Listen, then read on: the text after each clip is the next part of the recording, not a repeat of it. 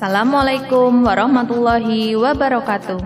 Walaupun belajar dari rumah, kita harus tetap semangat, sehat, dan ceria.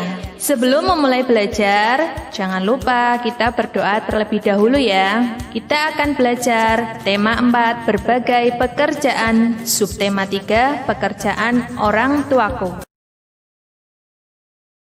Anak-anak, tujuan pembelajaran kali ini yaitu 1. Siswa mampu menilai cerita dengan detail.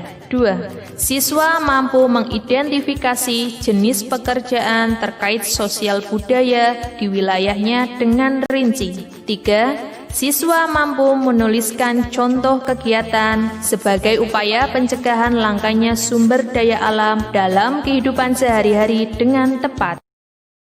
Anak-anak, Bu Guru akan membacakan sebuah dongeng yang berjudul Tupai dan Ikan Gabus. Sudah siap mendengarkan? Dahulu kala, hidup sepasang sahabat di daerah Kalimantan Barat. Mereka adalah tupai dan ikan gabus. Suatu hari, tupai tidak melihat ikan gabus. Ternyata, gabus sedang sakit dan tidak berselera makan. Gabus hanya ingin satu jenis makanan yang bisa menyembuhkannya. Tupai pun sedih dan berjanji akan mencari demi sahabatnya. Tupai sangat kaget karena harus mencari hati ikan hiu.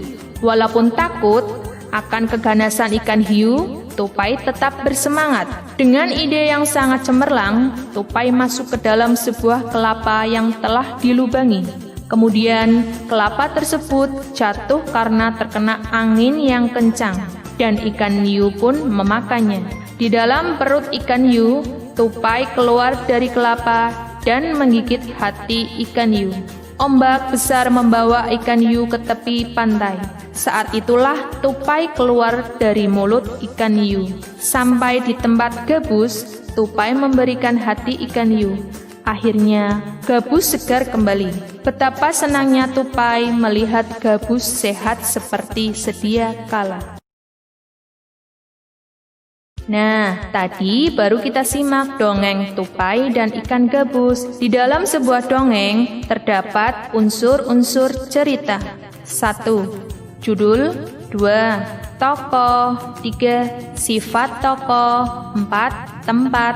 5. Alur cerita di awal dan di akhir cerita.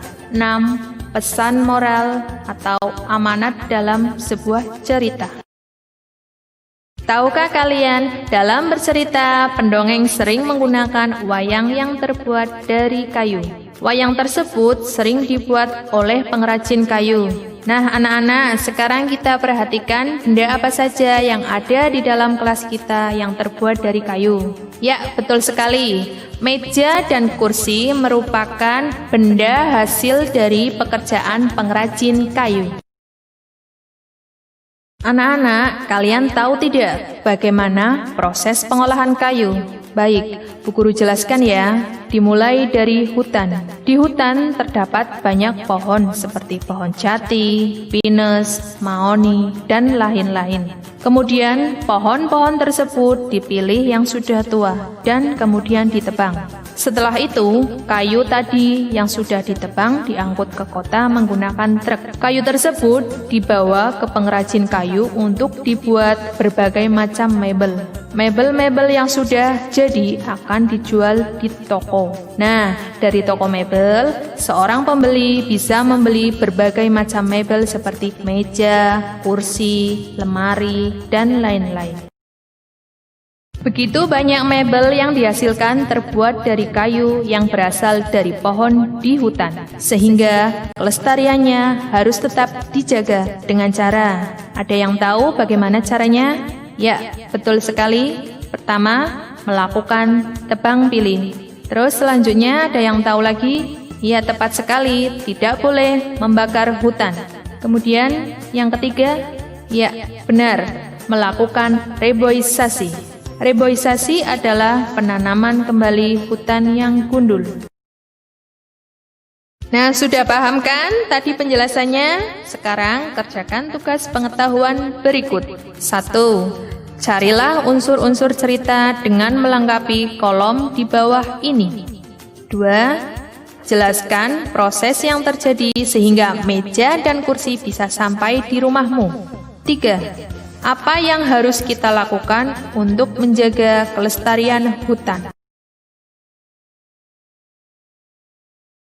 Asikkan belajar dari rumah, menyenangkan. Tetaplah semangat dan jangan lupa biasakan cuci tangan pakai sabun serta pakai masker ketika keluar rumah. Oke, terima kasih. Wassalamualaikum warahmatullahi wabarakatuh.